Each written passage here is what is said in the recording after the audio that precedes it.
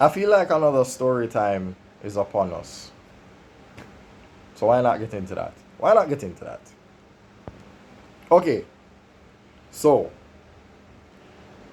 I thought about the different ways that I can support not just teachers but the students, especially students, right? And I thought about how I've done it in the past. I realized that I took a different approach. And I might have overlooked it.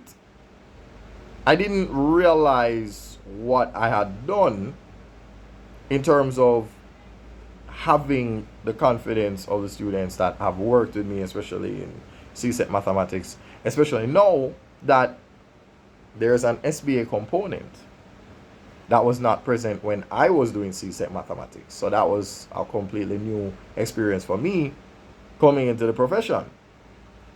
But I think after the first time around, in fact, I think it was around the first time that I was teaching grade 11s that I came up with the idea.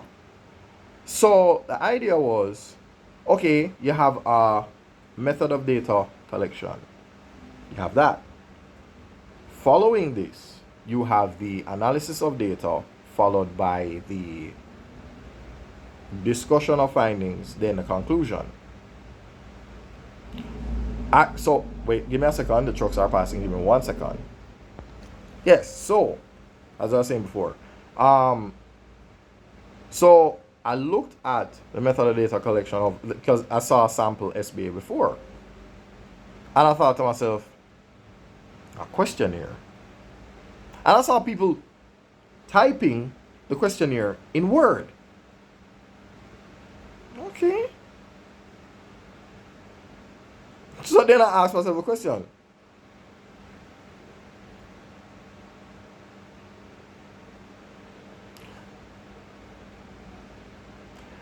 Can't I do that using a Google form? Must I type it in Word? And with that question, I created a Google form.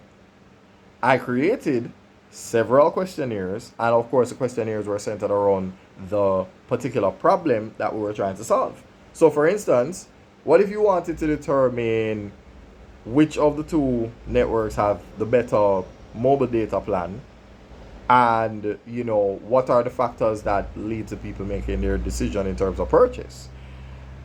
Now that when you create a questionnaire centered around that, now you allow people now to they make their selections, and when they make their selections, as soon as they press submit, you just got one person that just completed the survey.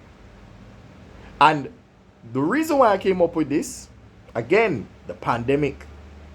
How do you conduct a survey without being able to go in public and talk to people because we're under lockdown? How do you get your survey conducted? That is where the Google form came from for me. So as I was saying, right, the pandemic contributed to how I came up with the idea of using the Google form to conduct the survey. And I thought, well, if you can do it in the pandemic, you can certainly do it even when the smoke clears. Why? Because let's say you create the Google form. You can literally walk with your phone, the Google form open, you go to them, you say, hey, I would like you to conduct this survey for me. I am trying to identify some things in terms of what is better between hire purchase and a regular cash purchase. And I'm just trying to find out from you, the floor manager of this store, how to get that done. Done deal. You can just well, obviously you don't want to hand your phone to them and then never get it back, but that's besides the point. You show them and they can enter it right there in front of you, and just like that, you press, did I say press? Anyway, you press refresh, yeah, and there you go, right? You just keep giving other people the same opportunity to fill out that Google form. And then before you know it, let's say you have done this with 25 passers-by, then you have 25 respondents. That will make up your sample size that allows you to do to continue with your analysis of data. Because from that now, once you have completed this, when you click on the and obviously I'll have to make a video where I actually show you that part. You click on respondents or results, and when the results come up, you will see the pie charts, the bar charts, and all the results will come up. All of that you're seeing there, that's your presentation of data. Right? That's your presentation of data. So just by using our Google form and getting the results from what they submitted, 2 parts of your SBA done just like that. Your method of data collection just finished, and your presentation of data just finished.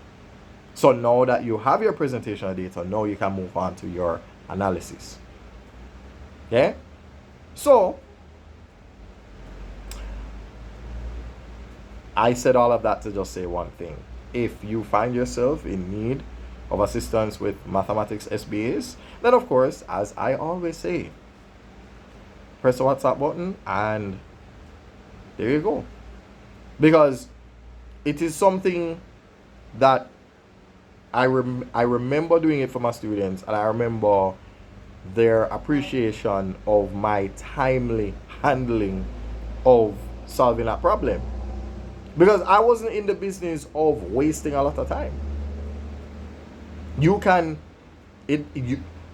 one, if you're at home, you can get people to reliably answer the question. If you, let us say you want to eliminate redundancy, how do you know that it's not the same person doing all of these, answering all of the questions? You can always look by email, even though it is possible for one person to have several emails. But you have the option of allowing them to just be able to respond only once. That way it eliminates that kind of redundancy. So anyway, yeah, so again, the invitation is out there. So if you need help with your mathematics SBA, again, thanks for watching. I'll see you around. You press the WhatsApp button, and there you go.